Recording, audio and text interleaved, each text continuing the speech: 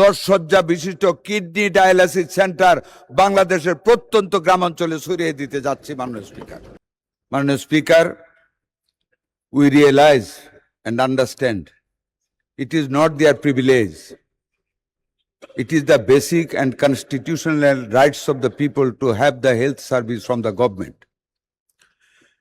সেই আলোকে মাননীয় স্পিকার, সাধারণ মানুষের স্বাস্থ্য সেবা নিশ্চিত করতে সরকার বদ্ধপরিকর।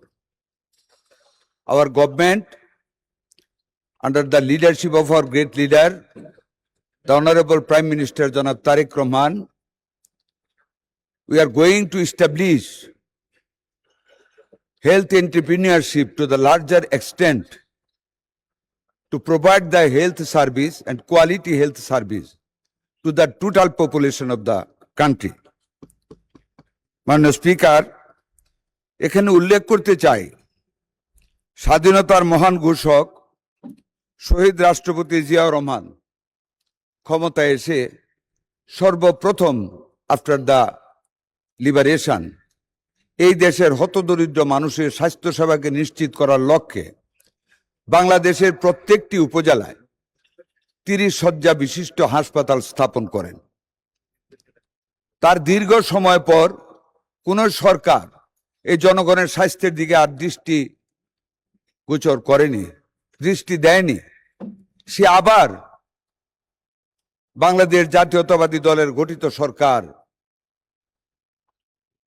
মরহুমা বেগম খালেদা জিয়া, মাননীয় প্রধানমন্ত্রী 3 বারের, উনি ক্ষমতায় এসে সেই বাংলাদেশের প্রত্যেকটি উপজেলা হাসপাতালকে 50 শয্যা উন্নীত করেন। আরো দীর্ঘ সময় পর মাননীয় স্পিকার, আমাদের বর্তমান প্রধানমন্ত্রী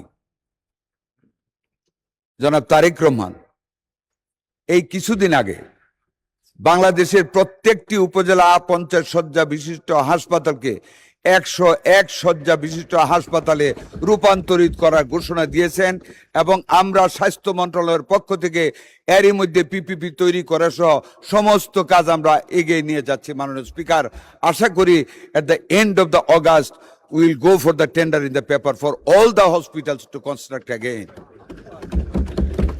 মাননীয় স্পিকার স্যার,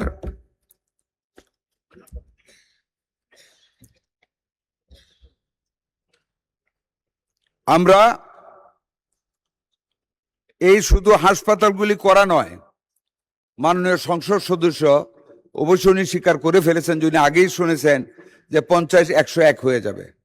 আমরা শুধু এখানে সীমিত থাকিনি মাননীয় স্পিকার, এই 101 শয্যা হাসপাতালগুলিকে মাননীয় প্রধানমন্ত্রীর নির্দেশে প্রত্যেকটা হাসপাতালে আমরা 10 শয্যা বিশিষ্ট কিডনি ডায়ালাইসিস সেন্টার বাংলাদেশের প্রত্যন্ত গ্রামাঞ্চলে ছড়িয়ে দিতে যাচ্ছি। মাননীয় স্পিকার, শুধু তাই নয়, প্রত্যেকটা হাসপাতালের জন্য আজকে ফিজিবিলিটি স্টাডির নির্দেশ দিয়েছি। প্রত্যেকটা উপজেলা হাসপাতালে ল্যাব, প্যাথ ল্যাব আমরা স্থাপন করতে যাচ্ছি, মেশিনারিজ ইম্পোর্ট করতে যাচ্ছি, যাতে করে গ্রামের মানুষ আর ক্লিনিকের খপ্পরে না পড়তে হয়, সঠিক ইনভেস্টিগেশন যাতে পায়। মাননীয় স্পিকার, সেটা আমরা করতে যাচ্ছি। আমরা 5 বছরে প্রত্যেকটা হাসপাতালে নতুন অ্যাম্বুলেন্স দিতে যাচ্ছি। এই বছর 100 হাসপাতালে আমরা 100 অ্যাম্বুলেন্স দিব। মাননীয় speaker, over and above, in all the unions of the country,